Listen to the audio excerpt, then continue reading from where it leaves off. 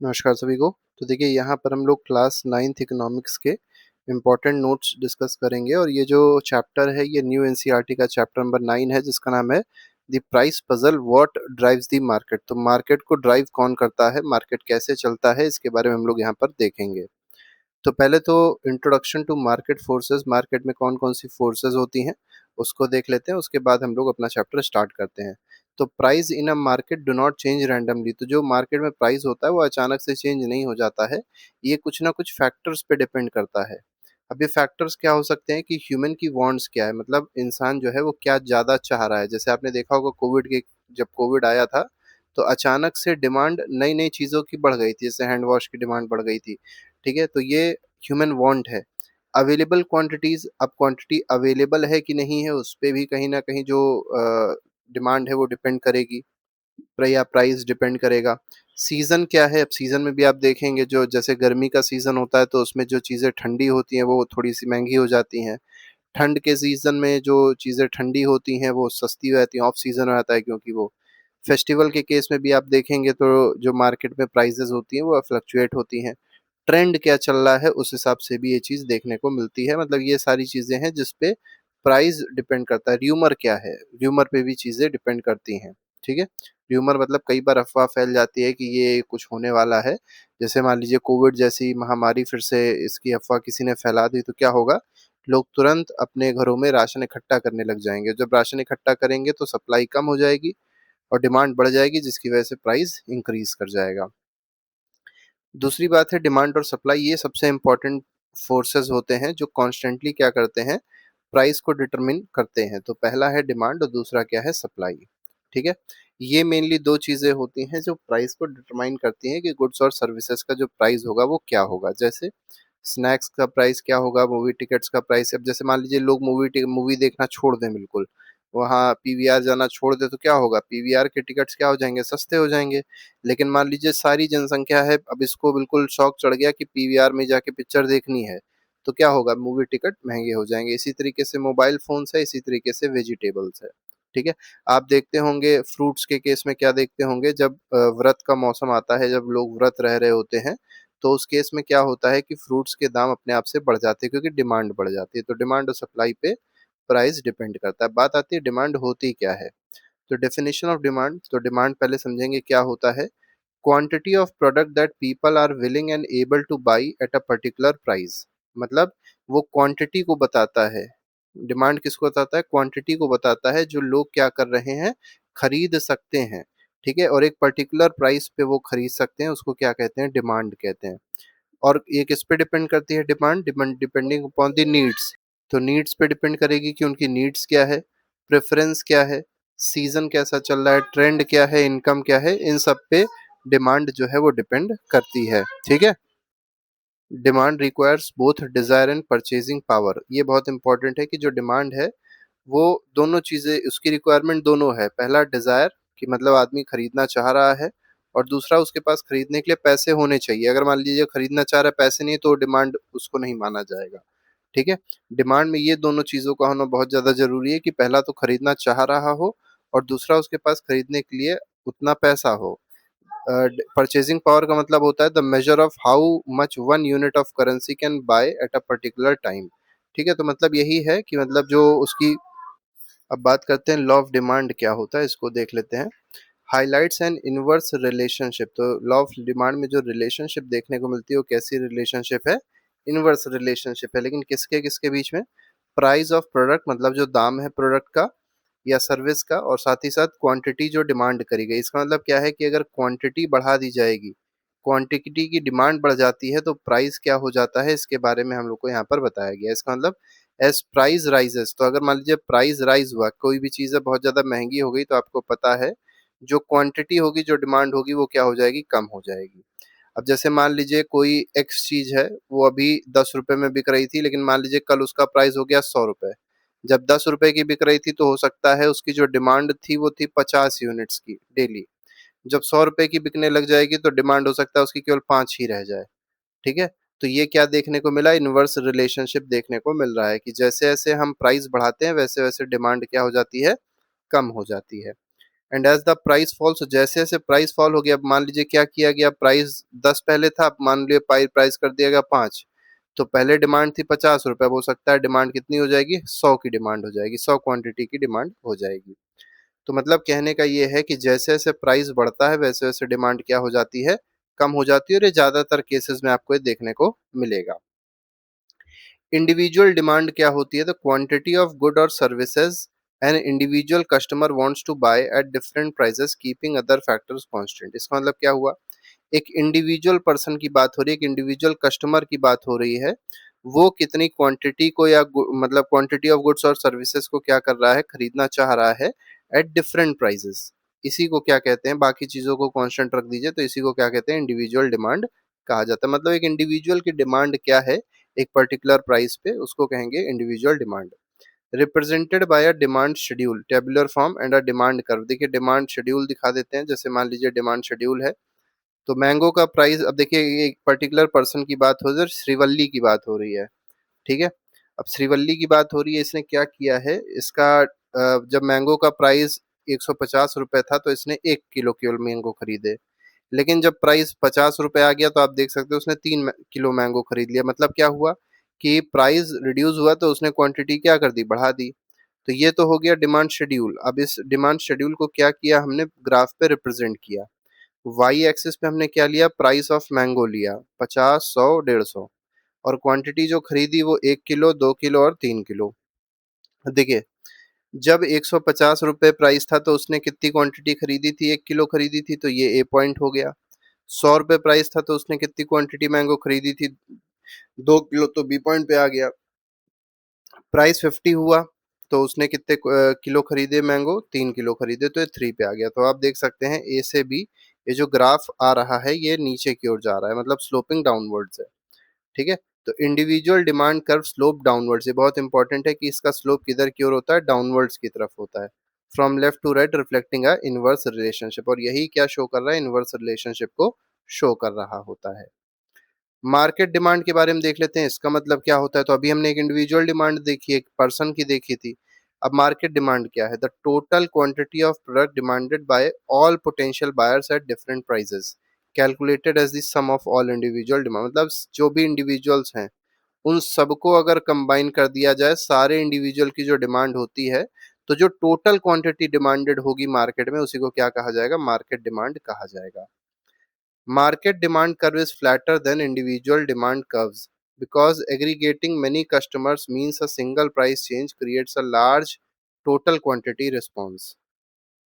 अभी जो बात कही गई है इंडिविजुअल और मार्केट डिमांड के बीच में डिफरेंस, यहाँ पर आप इस फिगर में देख सकते हैं, आपको ज़्यादा अच्छे समझ में आ जाएगा। देखिए ये इंडिविजुअल का डिमांड था, जैसे श्रीवल्ली का हमने देखा था, उसका डिमांड कर्व हम लोग ने देखा इस तरीके से आ रहा था, बहुत तेजी से आप देख रहे हैं उसका स्लोप नीचे की ओर जा रहा है। लेकिन अगर मार्केट डिमांड का देखा जाएगा तो यहाँ पे जो मार्केट डिमांड में दिखाई पड़ रहा है वो अलग तरीके का है, ठीक है। क्योंकि यहाँ पर जो स्लोप है वो अचानक से नीचे नहीं आ रहा है, तब भी देखिए खास अच्छी खासी डिमांड देखने को मिल रही है, 150 है, तो 6 मैंगोज की डिमांड है या 6 केजी मैंगोज की डिमांड है। जब प्राइस 100 हुआ तो कितने की हुई, 12 की डिमांड हुई, और प्राइस 50 हुआ तो कितने की हो गई, 18 की डिमांड हो गई। तो ये जो स्लोप हमको दिखाई पड़ रहा है थोड़ा सा ज्यादा फ्लैट दिखाई पड़ रहा है, ये बिल्कुल भी फ्लैट नहीं है, बहुत ही ज्यादा स्लोप है इसका। यही दोनों में डिफरेंस होता है, जो मार्केट डिमांड होती है और जो इंडिविजुअल डिमांड होती है, वही इसमें यहाँ पर बताया गया है। अदर डिटर्मिनेंट्स ऑफ डिमांड, तो डिमांड के और क्या फैक्टर्स होते हैं जो डिमांड को डिटरमाइन करने में हेल्प करते हैं।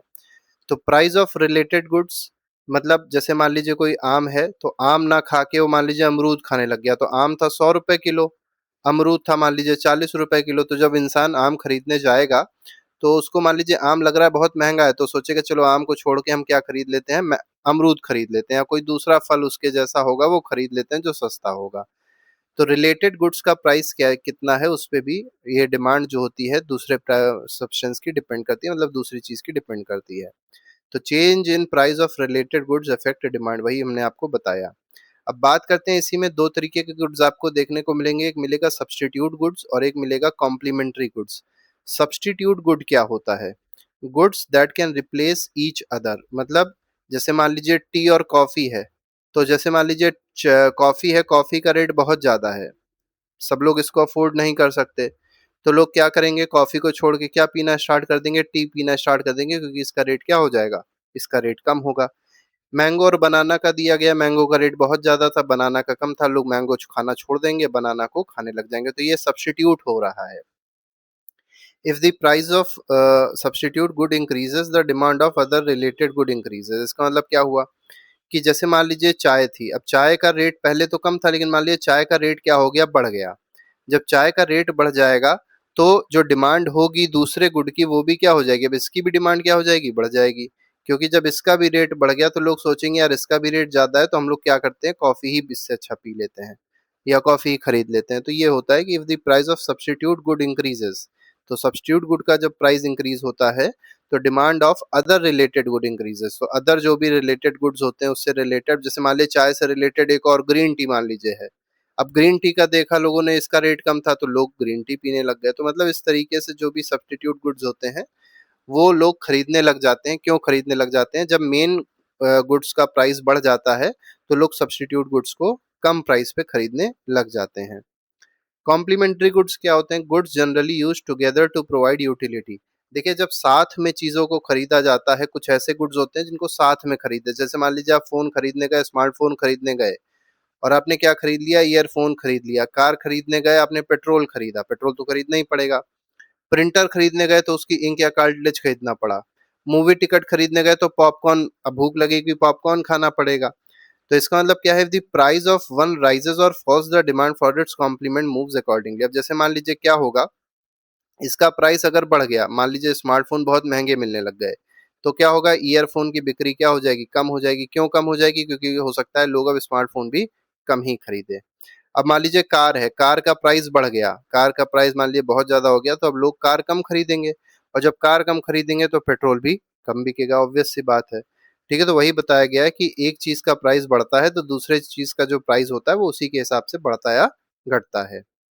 बात करते हैं इनकम ऑफ कंज्यूमर। अब इस पे भी डिमांड जो है डिपेंड करेगा। देखिए हम पढ़ क्या रहे हैं, अदर डिटर्मिनेंट्स ऑफ डिमांड, मतलब डिमांड किस पे डिपेंड करता है। तो पहला हमने देखा रिलेटेड गुड्स पे डिपेंड करता है, उसका प्राइस क्या होगा।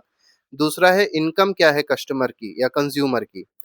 अब जैसे मान लीजिए कंज्यूमर है, वो बहुत अच्छा खासा पैसा कमा रहा है, जब पैसा ज्यादा कमा रहा है तो वो खर्च भी ज्यादा कर पाएगा, लेकिन मान लीजिए वो कमाई कम रहा है तो वो खर्चा कम कर पाएगा।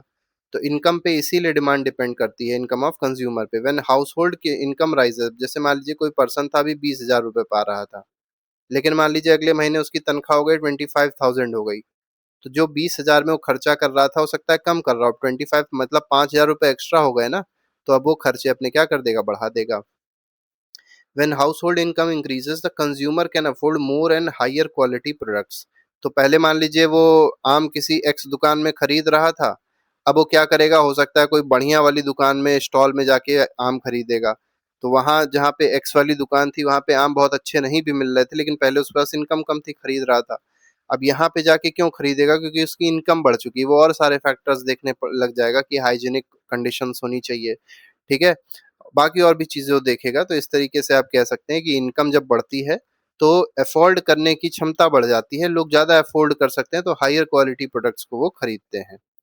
Increasing the quantity demanded even if price remains unchanged. अब पहले जो क्वांटिटी खरीद रहा था, पहले हो सकता है उसने केवल 1 किलो आम खरीदा, अब हो सकता है जो उसकी तनख्वाह बढ़ गई तो 2 kg आम वो खरीद रहा है। टेस्ट और प्रेफरेंस ऑफ बायर, तो बायर का टेस्ट कैसा है, बायर क्या चीज प्रेफर करता है, उस पर भी डिमांड डिपेंड करती है। Specific personal taste dictate demand, preferring mangoes over cheaper oranges. तो मैंगो को लोग प्रेफर करते हैं, चीपर ऑरेंज को प्रेफर नहीं करते हैं, तो उस पे भी मतलब टेस्ट पे डिपेंड करता है, बायर की प्रेफरेंस क्या है, इस पे भी डिपेंड करता है कि डिमांड कैसी रहेगी। पॉपुलेशन साइज कैसा है, कंपोजिशन क्या है, पॉपुलेशन साइज का मतलब बूढ़े लोग ज्यादा हैं कि बच्चे बहुत ज्यादा हैं। देखिए बूढ़े लोग ज्यादा होंगे तो दवाइयों की डिमांड ज्यादा बढ़ जाएगी, बच्चे ज्यादा हैं तो मिल्क प्रोडक्ट जो होंगे उनकी डिमांड बढ़ जाएगी, चॉकलेट्स की डिमांड बढ़ जाएगी, बेसिक चीजों की डिमांड और ज्यादा इंक्रीज हो जाएगी। तो इस पे भी कहीं ना कहीं डिमांड डिपेंड करती है। Nations population size and composition shape demand, बिल्कुल सही बात है।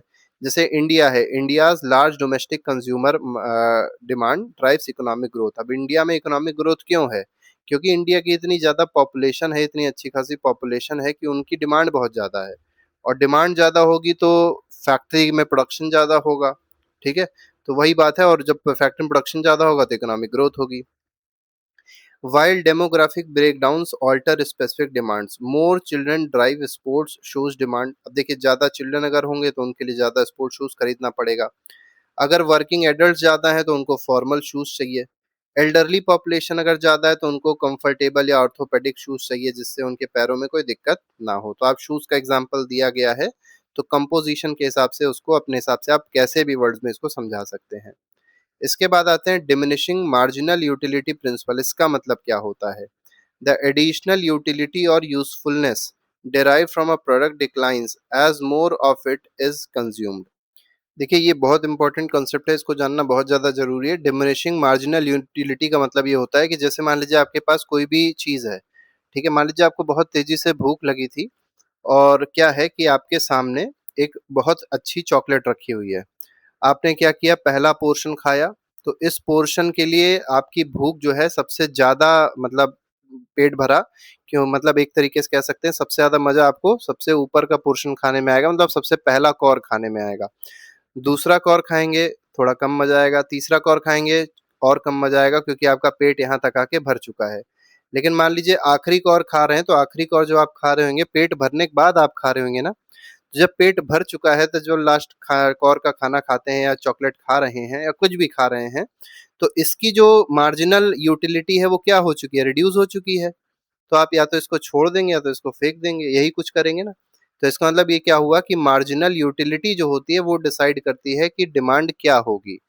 तो अगर कोई चीज़ बहुत ज़्यादा अमाउंट में अवेलेबल है तो कहीं न कहीं उसकी मार्जिनल यूटिलिटी क्या हो जाती है, रिड्यूस हो जाती है। तो as successive utility falls the willingness to pay decreases. तो जैसे मान लीजिए इसके लिए आपको पेमेंट करना होता है, इस पहली चॉकलेट के लिए आप हो सकता है 20 रुपए पेमेंट कर देते, दूसरी चॉकलेट के लिए पेमेंट करना होता हो सकता है 15 रुपए पेमेंट करते, तीसरी चॉकलेट के लिए पेमेंट करना होता हो सकता है 10 ही रुपए पेमेंट करते। अब चौथी चॉकलेट आपको चाहिए ही नहीं तो हो सकता है आप पेमेंट ही ना करें कि हमको नहीं खाना है, उसको वापस कर दें, या अगर लेना चाह रहे हैं तो 5 ही रुपए इसको दें। तो आपने क्या देखा, जैसे जैसे यूटिलिटी कम हो रही थी वैसे वैसे हम क्या कर रहे थे, जो प्राइस दे रहे थे वो भी कम दे रहे थे, जिस वजह से डिमांड क्या हो जाती है, फॉल कर जाती है। सीजन्स पे भी डिपेंड करता है, weather, festival, cultural habits prompt people to demand different products. अब जैसे मान लीजिए दिवाली आ गई, अब दिवाली में जो लाइट्स होती हैं उसकी डिमांड बढ़ जाती है, क्रैकर्स की डिमांड बढ़ जाती है, ठीक है? मिठाई की डिमांड, अब जैसे इस समय आपको पता है भैया दूज आने वाली, मतलब जो रक्षाबंधन है वो आने वाला है। अब रक्षाबंधन में क्या होता है, जो राखी होती है उसकी डिमांड बढ़ जाती है, ठीक है? इसके साथ ही साथ जो चॉकलेट्स हैं उसकी डिमांड बढ़ जाएँगी, स्वीट्स की डिमांड बढ़ जाएँगी। तो ये सारी डिमांड जो होती है वो किस पे डिपेंड कर रही है, फेस्टिवल पे, वेदर पे, कल्चरल हैबिट्स पे, इन पे डिपेंड करती है, ठीक है? At different times of the year regardless of price. और ये मेनली अगर आप देखेंगे, मान लीजिए सोन पापड़ी है, ठीक है? और सोन पापड़ी अगर आप देखेंगे तो इस समय 1 महीना पहले, रक्षाबंधन से 1 महीना पहले मान लीजिए ₹100 की मिल रही होगी। तो रक्षाबंधन के टाइम पे वही सेम सोन पापड़ी का डिब्बा आपको हो सकता है 130 या 140 में मिल रहा होगा। तो क्या करते हैं लोग, जैसे डिमांड बढ़ती है वैसे अपना रेट क्या कर देते हैं, इंक्रीज़ कर देते हैं, ठीक है? Book at the start of academic session, उन्होंने बुक का एग्जांपल दिया है कि एकेडमिक सेशन के स्टार्ट में आप देखेंगे बुक तेज़ी से बिकती है। स्वीट्स फेस्टिवल के टाइम पे बहुत तेज़ी से बिकते हैं, स्वेटर्स विंटर में बहुत तेज़ी से बिकते हैं, समर में तो समर में जो स्वेटर है वो तो बिकेगा नहीं, तो उसका प्राइस भी क्या होता है, फॉल कर जाता है। फ्यूचर प्राइस एक्सपेक्टेशन, अब बात आती है फ्यूचर पे भी डिपेंड करता है demand. Anticipating future price changes alters current demand without a shift in present prices, ठीक है? मतलब फ्यूचर, जैसे मान लीजिए गर्मी बहुत ज़्यादा हो रही है तो हमको पता है अगला साल जो होगा और ज़्यादा गर्मी होगी।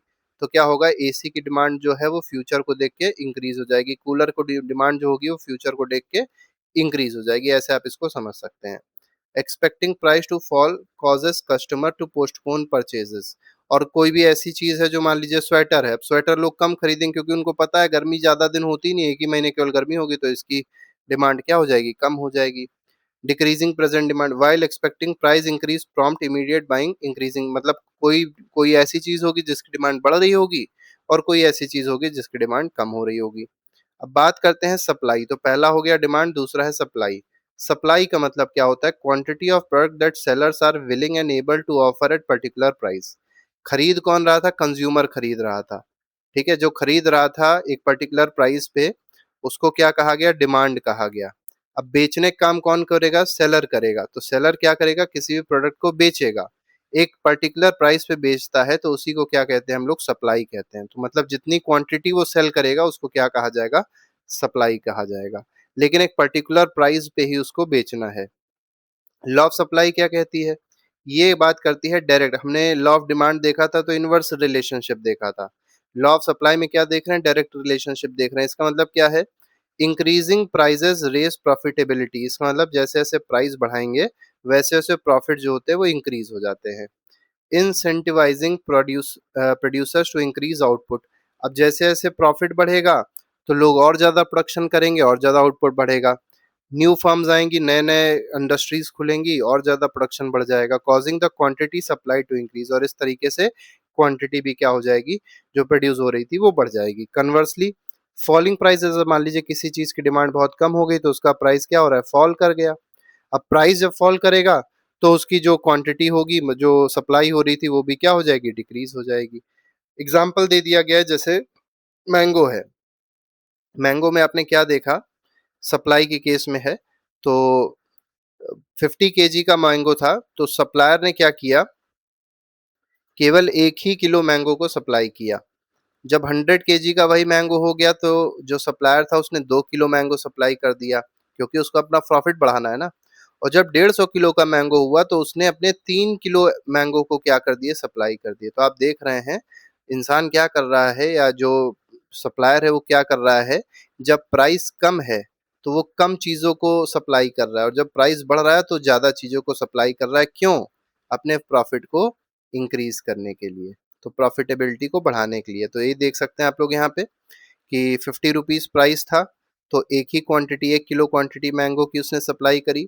100 रुपीज हुआ तो 2 किलो मैंगो सप्लाई किया। 150 रुपीज प्राइस हो गया तो 3 किलो मैंगो को उसने सप्लाई किया। तो तीनों पॉइंट को ज्वाइन कर देंगे तो हमको एक इंक्रीजिंग कर्व दिखाई पड़ रहा है। तो इंक्रीजिंग कर्व मतलब डायरेक्ट रिलेशनशिप की यहाँ पर बात हो रही है। Individual supply, the quantity of a particular seller, मतलब एक पर्टिकुलर सेलर से रिलेटेड अगर देखा जाएगा तो उसको इंडिविजुअल सप्लाई देखेंगे।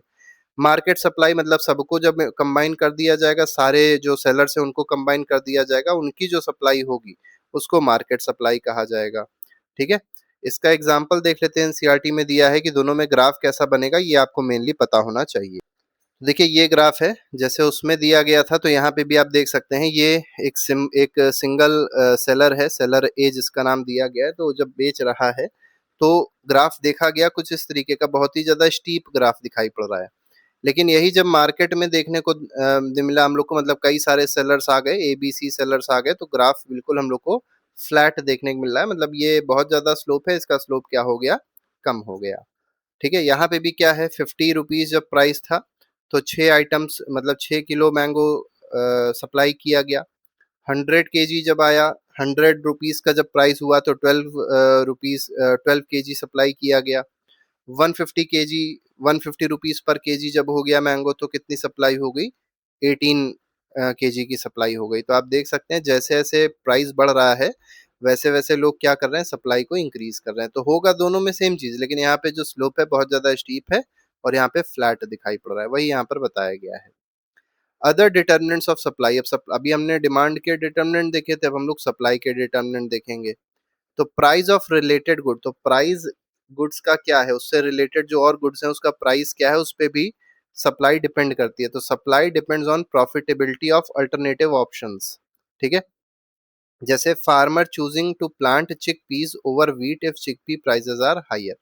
अब जैसे मान लीजिए वीट था तो फार्मर वीट को उगा रहा था, लेकिन वीट का प्राइस कम है तो फार्मर क्या करेगा, इसका सब्स्टिट्यूट ढूंढ लेगा अपने प्रॉफिट को बढ़ाने के लिए। वो क्या उगाएगा, वो चिकपी या दाल या जो पल्सेस उगाने लग जाएगा, जिसका प्राइस क्या हो जाएगा, जिसका प्राइस ज्यादा होगा। तो प्राइस पे डिपेंड करता है कि सप्लाई क्या होगी, तो इसकी सप्लाई क्या हो जाएगी, कम हो जाएगी, इसकी सप्लाई क्या हो जाएगी, इंक्रीज हो जाएगी। जब वो ज्यादा उगाएगा तो प्रोडक्शन ज्यादा होगा, प्राइस इंक्रीज हो जाएगा।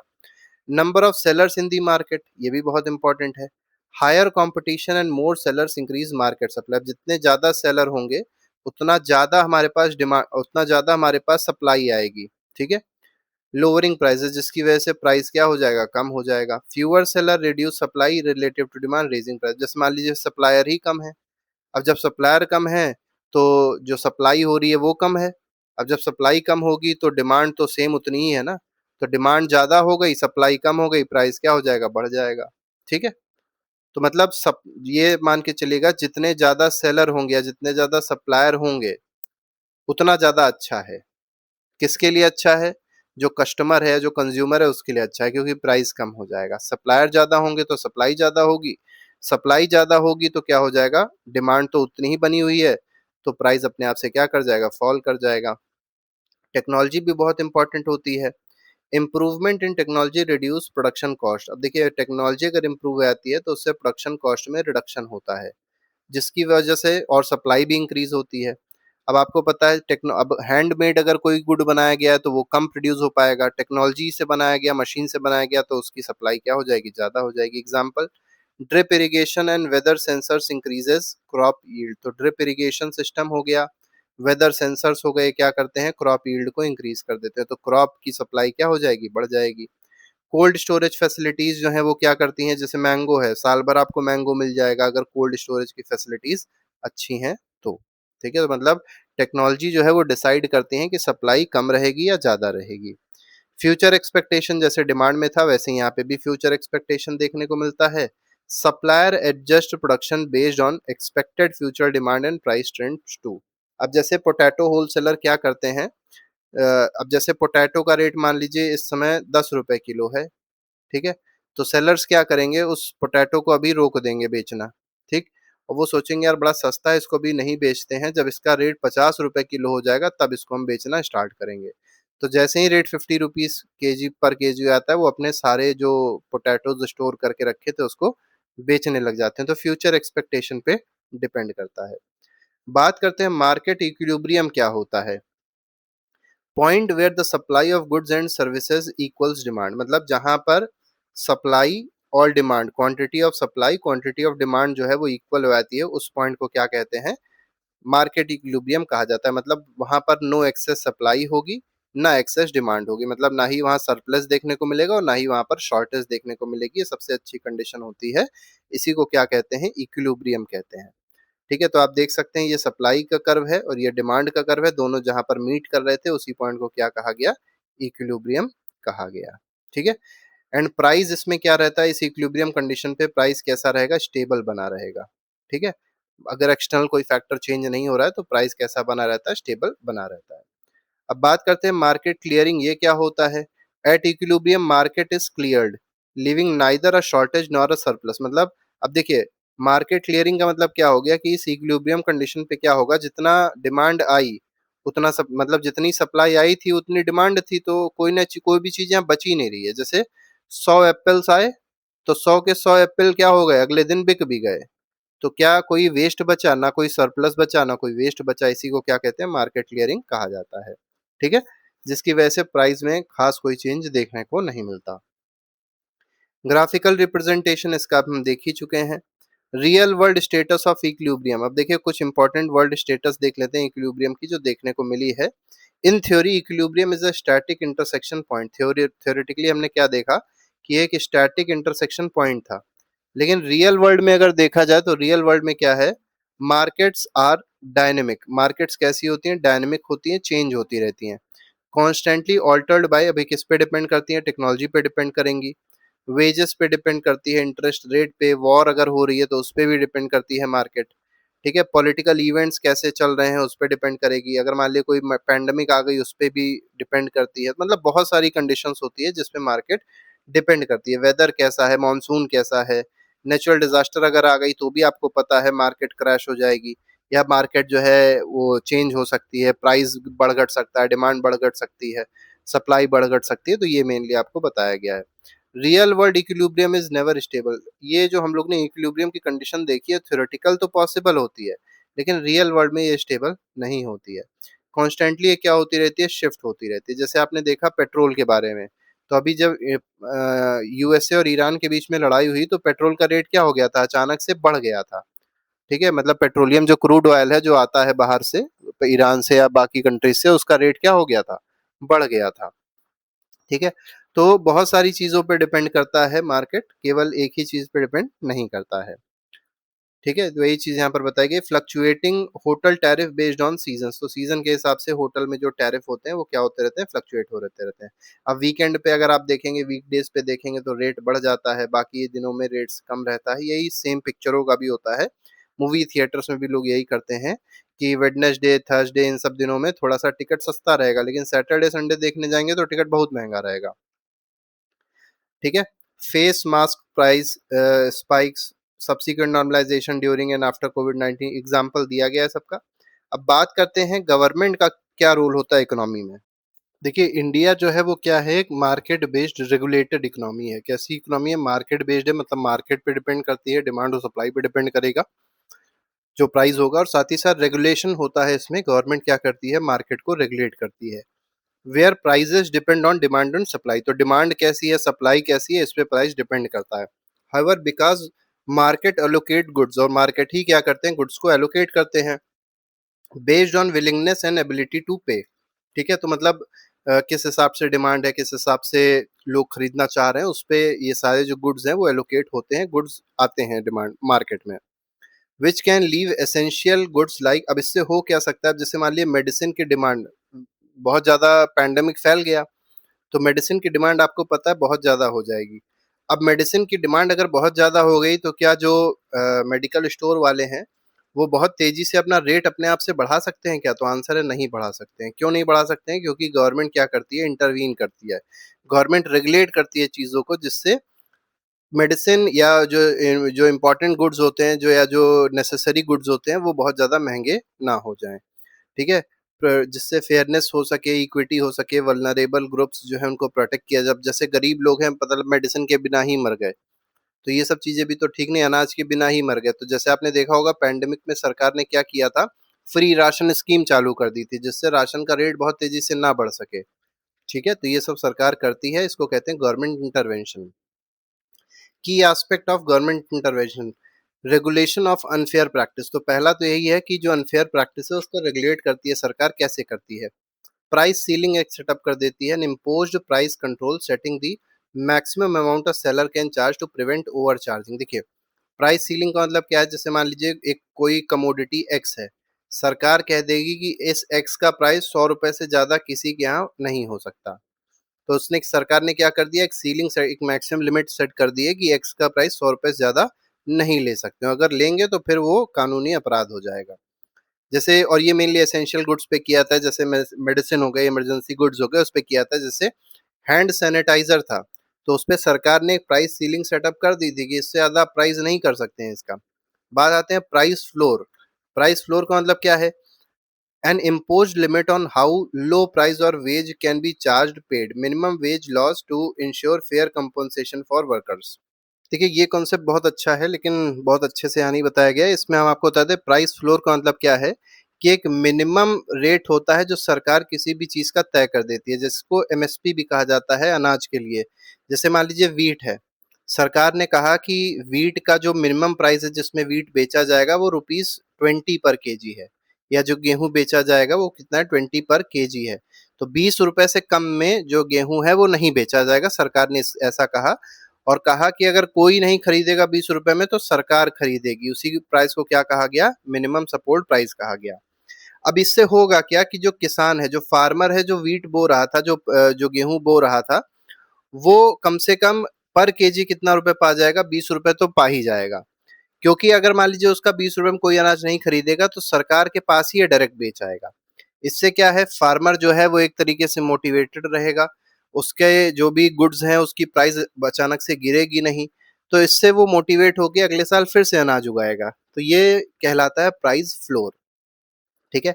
तो अगर मार्केट में यही वीट बिकने के लिए जाएगा तो हो सकता है ये 20 की जगह 25 रुपए पर केजी बिके, लेकिन 20 रुपए से कम नहीं बिकेगा। क्यों? क्योंकि 18 रुपए केजी नहीं बिक सकता। क्यों नहीं बिक सकता है? इसलिए नहीं बिक सकता है क्योंकि अगर 18 में ही बेचना था तो जो सप्लायर है वो कहाँ जाके बेच आएगा, सरकार को बेच आएगा 20 रुपए में, तो वहां ज्यादा प्रॉफिट है, यहाँ काहे के लिए 18 में बेचेगा। इसी को कहते हैं प्राइस फ्लोर। ये मेनली फार्मर्स को और लोगों को प्रोटेक्ट करने के लिए किया जाता है।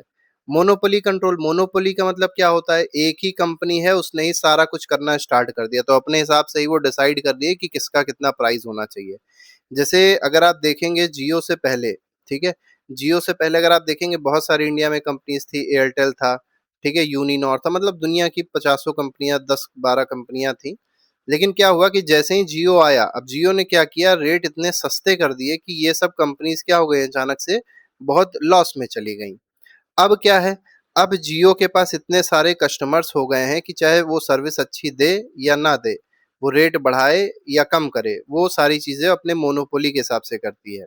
ठीक है, तो मोनोपोली का मतलब ये होता है रेगुलेटिंग सिंगल और dominant sellers who restrict supply, charge higher price और ऑफर पुअर क्वालिटी। वही बात जो है हमने आपको बताई वही है कि मतलब वो कुछ भी कर सकता है, हायर प्राइस चार्ज कर सकता है, पुअर क्वालिटी प्रोडक्ट प्रोवाइड कर सकता है, या सप्लाई को भी रोक सकता है। इसके लिए सरकार में कई सारी रेगुलेटरी बॉडीज बनी है, जैसे आरबीआई क्या करता है, रिजर्व बैंक ऑफ इंडिया जो है ये बैंकिंग सेक्टर को रेगुलेट करता है, प्राइवेट बैंक्स हो गए, गवर्नमेंट बैंक्स हो गए, उनको रेगुलेट करने का काम करता है। Central consumer protection authority CCPA जो है ये कंज्यूमर राइट को प्रोटेक्ट करता है। Telecom regulatory authority of India TRAI जो है ये टेलीकॉम से रिलेटेड है। सेबी जो है ये स्टॉक मार्केट से रिलेटेड है, ट्रांसपेरेंसी इंश्योर करता है। ये सारी चीजें, सारी जो बॉडीज हैं ये रेगुलेटरी बॉडीज हैं गवर्नमेंट ऑफ इंडिया की। बात करते हैं provision of public good. Public good का मतलब होता है जो सरकारी हमको चीजें मिल रही, जैसे रोड मिल रही है, ठीक है, पब्लिक बैंक्स मिल रहे हैं, ब्रिजेस मिल रहे हैं, तो ये क्या है, सरकार ही तो प्रोवाइड कर रही है। तो goods and services provided by government for benefit of all citizen, तो ऐसे गुड्स और सर्विसेज जो सरकार हम लोग को देती है जिससे सारे सिटीजन का बेनिफिट हो सके। जैसे हम लोग को रोड दी है सरकार ने, ब्रिज दी है, पब्लिक पार्क दिए हैं, स्ट्रीट लाइट दी है, डिफेंस हमारी है, सैनिटेशन हो गया, ड्रेनेज हो गया, पुलिस हो गया, तो ये सब क्या है, पब्लिक गुड्स में आते हैं। These are typically unprovided by private companies, और ये जैसे पुलिस है, रोड है, अब रोड बनाने का काम प्राइवेट कंपनी नहीं करेगी, पब्लिक पार्क बनाने का काम प्राइवेट कंपनी नहीं करेगी, क्योंकि प्राइवेट कंपनी क्या करती है, प्रॉफिट के लिए काम करती है। अब रोड बना के उसका कोई प्रॉफिट थोड़ी ना होने वाला है, due to lack of direct profit and free rider problem.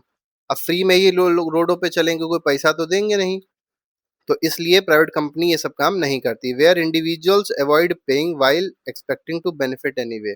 अब किसी को रोड पे चलना है, मान लीजिए एक्सप्रेस वे पे नहीं चलना, हाईवे पे नहीं चलना है, लेकिन बेसिक रोड जो सरकार ने बनाई उस पे चलना है, तो क्या कोई पर्सन चाहता है कि हम उस पे पैसा दें, उससे रिलेटेड कोई टैक्स पे करे? नहीं चाहता।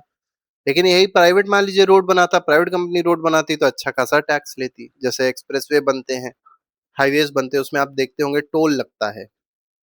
टोल क्यों लग रहा है? क्योंकि सरकार कह रही है, प्राइवेट कंपनियों के साथ मिलकर सरकार क्या करती है, अब रोड बनाती है, क्योंकि सरकार ये कहती है हमारे पास इतना पैसा नहीं कि हम रोड बना सकें। आगे बढ़ते हैं, लिमिटेशंस ऑफ गवर्नमेंट इंटरवेंशन। अब देखिए, गवर्नमेंट जब इंटरवीन करती है तो इसकी कुछ लिमिटेशंस होती है। पहली लिमिटेशन ये है, price stretch and reduce incentives. Fixing price below market level remove producer motivation. अब जैसे मान लीजिए सरकार ने क्या किया, किसी चीज का प्राइस, कोई चीज प्रोड्यूस हो रही थी मान लीजिए 100 रुपए में, और सरकार ने कहा कि वो दवा जो 100 रुपए में बन रही है वो बेचने का रेट है 90 रुपए, तो 10 रुपए बनाने वाले का नुकसान है ना, 10 रुपए का, तो वो क्यों बनाएगा, मोटिवेट नहीं होगा बनाने के लिए, जिसकी वजह से वो प्रोडक्शन ही बंद कर देगा और सीवियर शॉर्टेज देखने को मिलेगी। और ये मेनली आर्टिफिशियली लो प्राइस कैप्स जो देखने को मिला वीट पे, वीट में ये हम लोग को कंडीशन देखने को मिली थी। ठीक है, बात करते हैं कंप्लायंस बर्डन की, ये क्या होता है। अगर किसी चीज को बहुत ज्यादा रेगुलेट किया जाएगा, बहुत लाइसेंस के बारे में कहा जाएगा, परमिट हर चीज पे चाहिए, तो भी कहीं ना कहीं रेगुलेशन की वजह से लोग इंडस्ट्री सेटअप करना ही छोड़ देते हैं, प्रोडक्शन करना ही छोड़ देते हैं। और ये चीज पहले होती थी 1991 से पहले, जब एलपीजी रिफॉर्म्स नहीं आए थे। ठीक है, जिसकी वजह से क्या होता है, स्मॉल एंटरप्राइजेस जो हैं वो बंद कर देते हैं अपना setup, disturb the ease of doing business, और ये जो ईज ऑफ डूइंग बिजनेस के लिए बहुत ही खराब चीज है। ठीक है, ईज ऑफ डूइंग बिजनेस में क्या होता है, चीजें बहुत सिंपल होती हैं, स्टार्ट करना बिजनेस को बहुत सिंपल है, उसको रन करना बहुत सिंपल है। ठीक है, क्लोजिंग अ बिजनेस ये भी बहुत सिंपल होता है, तो इसको कहते हैं ईज ऑफ डूइंग बिजनेस। लेकिन अगर कंप्लायंस बढ़ा दी गई, क्लोज भी अगर आपको अपनी इंडस्ट्री करनी है, तो उसके लिए 50 तरीके के आपको ऑफिस में जाना पड़ेगा। ठीक है, तो वो सब चीजें गलत होती हैं, तो ये भी एक लिमिटेशन है।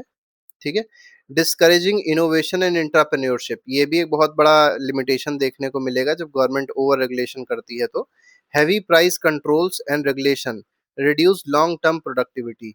अब बहुत ज्यादा अगर सरकार कंट्रोल कर रही है, रेगुलेट कर रही है प्राइस को, तो इससे क्या होगा, लॉन्ग टर्म प्रोडक्टिविटी हो गया, लॉन्ग टर्म आउटपुट हो गया, ये सब क्या हो जाएगा, रिड्यूस हो जाएगा, क्योंकि इन्वेस्टर्स मेनली किसके लिए आ रहे हैं? प्रॉफिट के लिए आ रहे हैं। उनको प्रॉफिट ही नहीं दिखाई पड़ रहा है, लॉस ही लॉस केवल दिखाई पड़ रहा है, तो वो क्यों इन्वेस्ट करेंगे?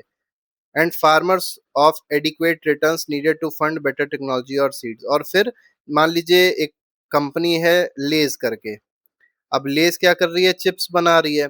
अब चिप्स के लिए उसको क्या चाहिए? आलू चाहिए। तो पोटैटो के लिए क्या कर रही है? वो किसानों के पास जा रही है और किसानों से कह रही है एक्स वाई जेड, ये वीट है मान लीजिए कोई, और मतलब ये आलू की कुछ सीड्स हैं, और ये सीड्स किसानों को दे रही है कि आप इन सीड्स को बोइए तो आपके आलू बहुत अच्छे होंगे। और एक पैक्ट कर ले रही है, एक एक मान के चलिए समझौता कर ले रही है उन किसानों के साथ में कि जब आपका आलू पैदा हो जाएगा तो मैं आपको आलू 20 रुपए पर केजी में खरीद लूंगा अपने आप से। तो ये चीज क्या हो जाएंगी? डिस्करेज हो जाएंगी। अगर मान लीजिए सरकार ही हर जगह घुसी रहेगी या ओवर रेगुलेशन करेगी तो लोग इस तरीके की चीजें नहीं कर पाएंगे। तो ये भी थोड़ा सा गड़बड़ हो जाता है।